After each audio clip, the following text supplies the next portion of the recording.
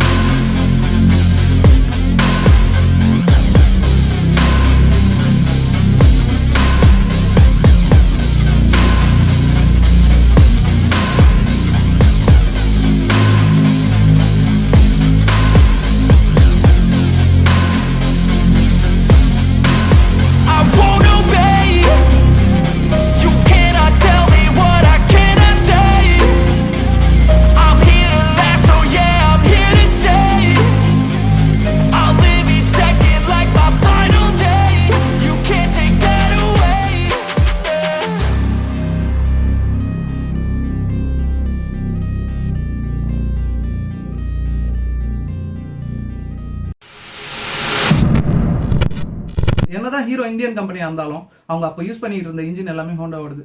So அதனாலதான் அவங்கள Indian கம்பெனியா அசியூம் பண்ணல. 2001ல லான்ச் ஆகி இன்னிய வரைக்கும் 150cc கேட்டகரியில இருந்து 250cc கேட்டகரி வரைக்கும் எல்லா செக்மெண்ட்டையுமே ஆட்சி புரியிற பல்சர் 2019ல ஒரு புதிய அவதாரத்தை எடுத்தாங்க.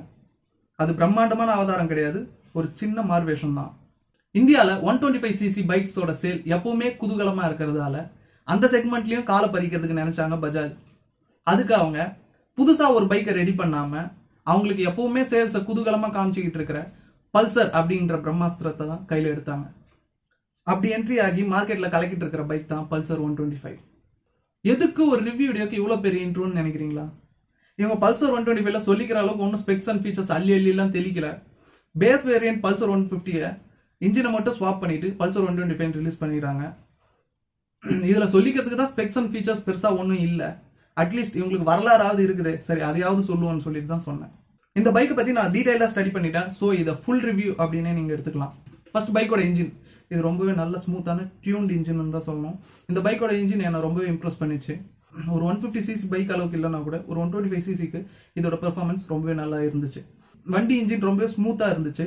பெருசா வைப்ரேஷன்ஸ் எதுவும் இல்லை. நீங்க 70 தாண்டும் போது கொஞ்சம் வைப்ரேஷன்ஸ் எட்டி பார்க்குது. 80 போகும்போது வைப்ரேஷன்ஸ் அதிகமாகுது. 90 போகும்போது வண்டி ரொம்பவே வாபிள் ஆகுது. அந்த வாபிளிங் உங்களோட கான்ஃபிடன்ஸை ரொம்பவே குறைக்குது.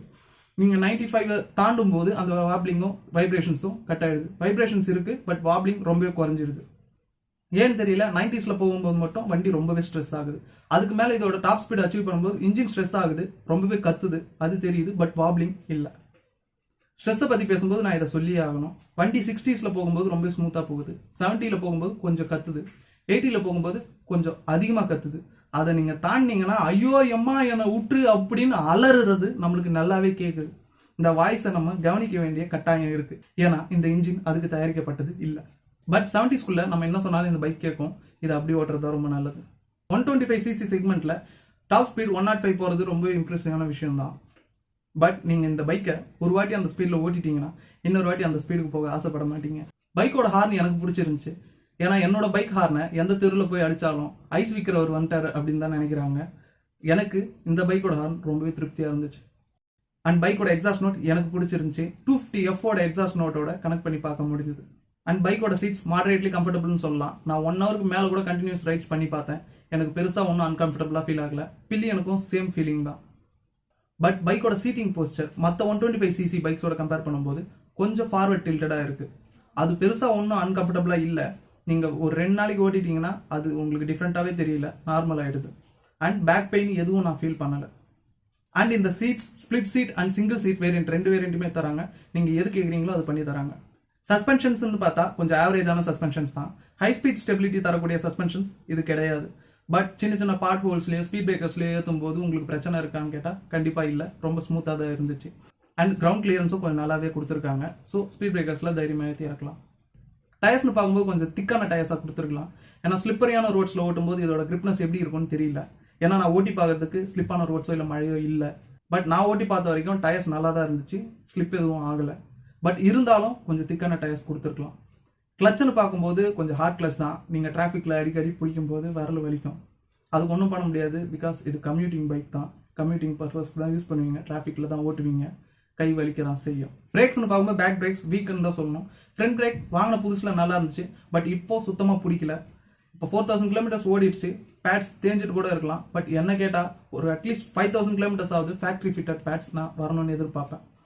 இந்த பிரச்சனை பஜாஜோடதா இல்லை இந்த பைக்லையா அப்படின்னு தெரியல. என்னோட பைக் அவெஞ்சரில் கூட 3000 கிலோமீட்டர்ஸ்லேயே ஃப்ரண்ட் பிரேக் பேட்ஸ் தேஞ்சு போச்சு, சுத்தமாக தேஞ்சு போச்சு, வெறும் மெட்டல் மட்டும் தான் இருந்துச்சு. நானும் 3000 கிலோமீட்டர்ஸ்லேயே மாற்றினேன். இது பஜாஜோட பிரச்சனையா என்னன்னு எனக்கு தெரியல. ஹெட்லைட் விசிபிலிட்டி ரொம்ப வேர்ஸ்ட்னு தான் சொல்லுவேன். இந்த மாதிரி வேர்ஸ்டா எப்படி தான் ஃபேக்ட்ரியில் ஹெட்லைட்டை ஃபிட் பண்ணுறாங்களோ எனக்கு தெரியல. ஏங்க நான் தெரியாம தான் கேட்குறேன். நீங்கள் ஒரு ஹெட்லைட்டை டிசைன் பண்ணுறீங்கன்னா அதை டிசைன் பண்ணி அசம்பிள் பண்ணி பார்த்ததுக்கப்புறம் அந்த ஹெட்லைட்டு ரோட்ல அடிக்குதா இல்லை மரத்து மேலே அடிக்குதா அப்படின்னு கூட நீங்கள் பார்க்க மாட்டீங்க. இந்த வண்டியோட லோ பீம் ஹை பீம் அடிக்க வேண்டிய இடத்துல அடிக்குது. லோ பீம் போட்டிங்கன்னா உங்களுக்கு டயர் பக்கத்தில் என்ன இருக்குன்னு உங்களுக்கு தெரிய மாட்டேங்குது. ஹை பீம் போட்டிங்கன்னா எதிரில் வர லாரிக்காரனோட ரூஃப் மேலே என்ன இருக்குன்னு உங்களுக்கு தெரியுது. இந்த வண்டியை நீங்கள் இப்போ உங்கள் ஆளுக்கு சிக்னல் பண்ண நைட்டில் அப்படின்ட்டு எடுத்துகிட்டு போறீங்கன்னா உங்கள் ஆள் மொட்டை மாடியில் இருக்காங்கன்னு வச்சுக்கோங்க, நீங்கள் ஈஸியாக சிக்னல் பண்ணிடலாம். பைக்கை அவங்களுக்கு எதிரில் நிறுத்திட்டு ஹை பீம் போட்டுருங்க, உங்கள் ஆள் மேலே இருந்து பார்த்து கண்ணு குசி கீழே வந்துருவாங்க, ஈஸி. அண்ட் இதோட லோ பீம் கூட ஆவரேஜ் தான். இதை நீங்கள் ஹை பீம் எல்லாம் யூஸ் பண்ண முடியாது. ஹைவேஸ் அண்ட் பிரைட்டான ரோட்ஸில் ஒன்றுமே தெரியாது. சைட் மிரர்ஸ் ரொம்பவே நல்லா இருந்துச்சு, குறை சொல்கிற மாதிரி எதுவும் இல்லை. அண்ட் இந்த பைக்கில் ஓனர் கீழே விழுந்திருக்காரு. பெரிய ஃபால் கிடையாது, ஒரு சின்ன ஃபால் தான் நினைக்கிறேன். அவர் அதை பற்றி எதுவும் பெருசாக சொல்லலை. அண்ட் அதனால சில ஸ்க்ராச்சஸ் இருக்கு. தூரத்துல இருந்து பார்த்தா தெரியல, பட் நீங்க உத்து பார்த்தா கண்டிப்பா ஸ்க்ராச்சஸ் தெரியுது. இந்த ஃபாலை மேஜரா வாங்கினது ஹேண்டில் பார்னு தான் நினைக்கிறேன். ஏன்னா ஹேண்டில் பார் கையில வச்சு ஆட்டும் போது சுத்துது, உங்களுக்கு தெரியுதா? நேரில் பார்க்கும்போது ரொம்பவே நல்லா தெரியுது. அண்ட் இதை ரெடி பண்ண முடியுமான்னு கேட்டால் சர்வீஸ் சென்டரில் ரெடி பண்ண மாட்டாங்க, நீங்கள் ஒர்க் ஷாப்பில் கொண்டு போய் ரெடி பண்ணிக்கலாம். பட் சர்வீஸ் சென்டரில் இதை சேஞ்ச் தான் பண்ணுவாங்கன்னு நினைக்கிறேன். அண்ட் இதில் இன்னொரு ஃபீச்சர் இருக்குது. நீங்கள் கியரில் வண்டியை வச்சிருக்கும் போது செல்ஃப் ஒர்க் ஆகாது, நீங்கள் கிளச்சை பிடிச்சாலும் சரி செல்ஃப் ஒர்க் ஆகாது. பட் அது ரிலையபிளாக இருக்கான்றது தான் கேள்வி. சம்டைம்ஸ் கியரில் இருக்கும்போது நீங்கள் கிளச்சை பிடிச்சி ஸ்டார்ட் பண்ணால் ஸ்டார்ட் ஆகுது, சம்டைம்ஸ் ஆக மாட்டேங்குது. இதை நீங்கள் ஃபியூச்சர்னு சொல்லுவீங்களா இல்லை டிஃபெக்ட்னு சொல்லுவீங்களான்னு எனக்கு தெரியல. And side stand cut off சென்சரும் கொடுத்துருக்காங்க. அது ஆல்ரெடி நான் பார்த்த பல்சர் பைக்ஸ்லேயே ஒரு 6 மாசத்துல ஃபால்ட் காட்ட ஆரம்பிச்சிடும். வண்டி ஸ்டார்ட்டே ஆகாது, தள்ளி பார்ப்பாங்க, ஏதோ பண்ணி பார்ப்பாங்க. அப்புறம் மெக்கானிக்கை கூப்பிட்டு அந்த சென்சாரை கேலிப்ரேட் பண்ணி அப்புறம் தான் ஸ்டார்ட் பண்ணுவாங்க. அதே போல இருக்குமா இல்லை நல்லா இருக்குமான்னு எனக்கு தெரியல. அண்ட் இன்னொரு ரகசியம் சொன்னேன்னா, இந்த ஓனர் மேலே நீங்கள் பயங்கர டென்ஷன் ஆகிடுவீங்க. வண்டி வாங்கி 4000 கிலோமீட்டர்ஸ் ஆகுது. ஓனர் இது வரைக்கும் இந்த வண்டியை ஃபர்ஸ்ட் சர்வீஸ் கூட கொண்டு போகல.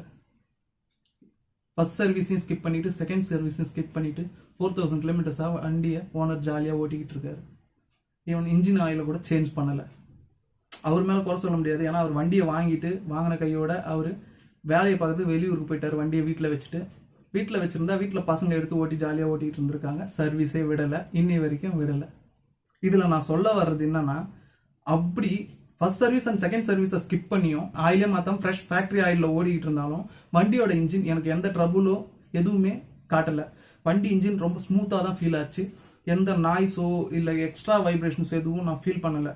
ஸோ வண்டியோட இன்ஜின் ரிஃபைன்மெண்ட் ரொம்பவே நல்லா இருக்குன்னு இதெல்லாம் நம்ம தெரிஞ்சுக்கணும். ஓவரால் என்ன கேட்டிங்கன்னா, இந்த பைக் இப்போ ஆன் ரோட் சென்னை 1 lakh கிட்ட விற்கிது. இந்த ரேட்டுக்கு இது காம்படிஷன்ஸ் பார்த்தீங்கன்னா டிவிஎஸ்ல ரைடர் இருக்கு, ஹோண்டால எஸ்பி அண்ட் ஷைன் இருக்கு.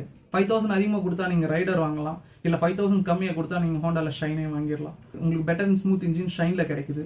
உங்களுக்கு நிறைய features and equally smooth engine TVS ரைடரில் கிடைக்குது. ஸோ ஹெவி காம்படிஷன் வரும்போது வெறும் பல்சர் அப்படின்ற பேரை வச்சுக்கிட்டு சேல் ஆகிடும் அப்படின்னு சொல்லிட்டு இவங்க அரைச்சமாவே அரைக்கிறாங்களோன்னு எனக்கு தோணுது. பஜாஜ் ஸ்டார்டிங்கில் சீப் அண்ட் பெஸ்ட் குவாலிட்டி ப்ராடக்ட்ஸை விற்று தான் இந்த நிலைமைக்கு வந்து நிற்கிறாங்க. ஸோ அதை கொஞ்சம் மனசில் வச்சுக்கிட்டு அதே போல் ப்ராடக்ட்ஸை கொடுத்தாங்கன்னா ரொம்பவே நல்லாயிருக்கும். நான் ஏன் இப்போ இதை சொல்கிறேன்னா, Bajaj Pulsar 2001 180cc variant launch ஆனப்போ அதோட ப்ரைஸ் 48,000 ஆன் ரோட். இப்போ பஜாஜ் 150cc-யோட எக்ஸ்-ஷோரூம் பிரைஸ் 1 lakhல இருந்து 1,10,000 வரைக்கும் விற்குது. இவ்வளோ பிரைஸ் டிஃபரன்ஸுக்கு காரணம் இன்ஃப்ளேஷன் மட்டுமே கிடையாது. இவங்க குவாலிட்டி அண்ட் ஃபீச்சர்ஸை இன்க்ரீஸ் பண்ணுறேன்னு சொல்லிட்டு தான் ப்ரைஸே ஃபர்ஸ்ட் ஏற்றுறாங்க. பட் அந்த அளவுக்கு ஃபீச்சர்ஸ் அண்ட் ஸ்பெசிஃபிகேஷன்ஸ் ஏறி இருக்கான்னு கேட்டால் கண்டிப்பாக கிடையாது. ஸோ ஃபீச்சர்ஸ் அண்ட் ப்ரைஸை கம்பேர் பண்ணி பார்க்கும்போது தான் இவங்க இன்னும் பொல்லாதவனில் நம்ம பார்த்து அதே பைக்கை இன்னும் வித்துட்டு இருக்காங்களோ அப்படின்னு தோணுது. அதை நினச்சி பார்க்கும்போது தான் கொஞ்சம் ஸ்டமக் பர்ன் ஆகுது. நான் இதை இந்த கம்பெனிக்கு மட்டும் சொல்லலை, எல்லா கம்பெனியுமே தான் சொல்கிறேன். எல்லாரும் இதே கதையை தான் பண்ணிட்டு இருக்காங்க. இவ்வளோதான் இந்த வீடியோக்கு. இந்த வீடியோ உங்களுக்கு பிடிச்சிருந்தா லைக் அண்ட் கமெண்ட் பண்ணுங்க, மறக்காம உங்க ஃப்ரெண்ட்ஸ் அண்ட் ஃபேமிலிஸ்க்கு ஷேர் பண்ணுங்க. இதே போல் நிறைய வீடியோஸ் பார்க்கணும்னா சப்ஸ்கிரைப் பண்ணுங்க, மறக்காம அந்த பெல் ஐக்கானை அழுத்திருங்க. உங்களை அடுத்த வீடியோவில் பார்க்குறேன். அதுவரை விடை பெறுகிறேன். சித்து.